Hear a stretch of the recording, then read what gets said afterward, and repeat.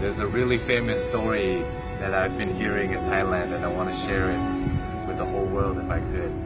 This is a story about the Buddha and a homeless man. One day there was a homeless man and he's been trying to gather food and he keeps noticing every day his food disappears. One day he caught the mouse that kept stealing his food and he asked the mouse, "Why are you stealing from me?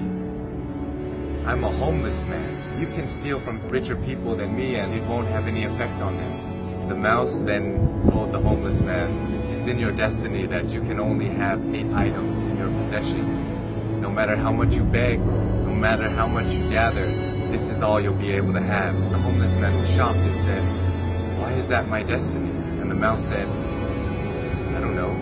You should try and ask the Buddha." So the homeless man goes on his journey to go find the Buddha, and as he's going, it gets late. So he ends up at a wealthy family's house and he asks if he could stay the night. They let him in and they ask him, "Young man, why are you traveling so late?"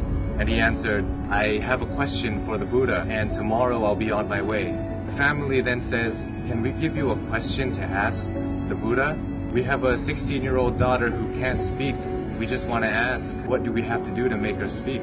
So the homeless man thanks them for shelter and tells them, "Of course, I'll ask your question for you."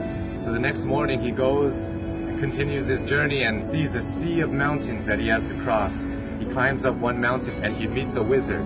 And the wizard decides to use his staff to take the young man and himself, fly them across the sea of mountains. And the wizard asks the young man, "Where are you going? Why are you deciding to cross these mountains?" And the young man said, "I'm going to ask the Buddha a question about my destiny." The wizard then says, "Can I please give you a question to ask the Buddha? I've been trying to go to heaven for 1,000 years. According to my teachings, I should be able to go to heaven now. Can you please ask the Buddha, what do I have to do to get to heaven? Of course, I'll ask your question for you." And as he continues on his journey, he runs into his last obstacle, which is a river that he cannot cross. Luckily, he meets a giant turtle who decides to take him across the river. And as they're crossing the river, the turtle asks, "Where are you going?" "I'm going to see the Buddha. I'm going to ask him a question about my destiny." The turtle then says, "Can you please ask a question for me too? I've been trying to become a dragon for 500 years. According to my teachings, I should have become a dragon by now.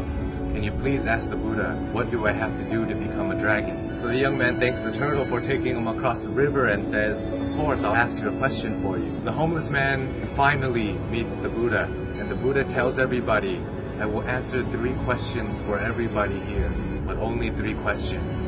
And the young man is shocked. He has 4 questions to ask. So he thinks carefully. He thinks about the turtle. The turtle's been living for 500 years trying to become a dragon.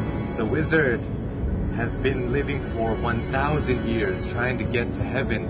And that young girl is going to have to live her whole life being unable to speak. And then he looks at himself. He says, "I'm just a homeless beggar. I can just go back home and continue begging."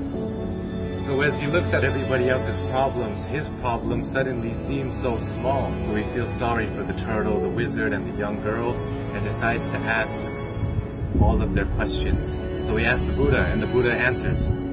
The turtle is unwilling to leave his shell. As long as he's unwilling to leave the comfort of his shell, he will never become a dragon. The wizard always carries his staff and never puts it down. It acts as an anchor, keeping him from heaven. And as for the girl, she'll be able to speak when she meets her soulmate. So the homeless man bowed to the Buddha and went on his journey back home. He reunites with the turtle and he tells the turtle, "Hey, you just have to take off your shell and you become a dragon." The turtle then takes off his shell, and inside his shell were priceless pearls found in the deepest parts of the ocean. And he gives it to the homeless man and tells him, "Thank you. I no longer need this because I'm now a dragon." And flies away. The homeless man reunites with the wizard on the top of a mountain and says, "Hey, you just have to put down your staff, then you'll be able to go to heaven."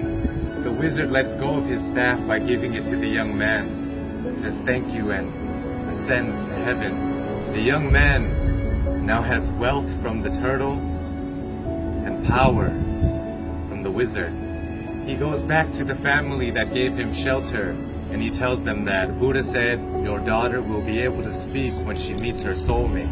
And at that moment, the daughter came downstairs and said, hey, is that the man that was here last week?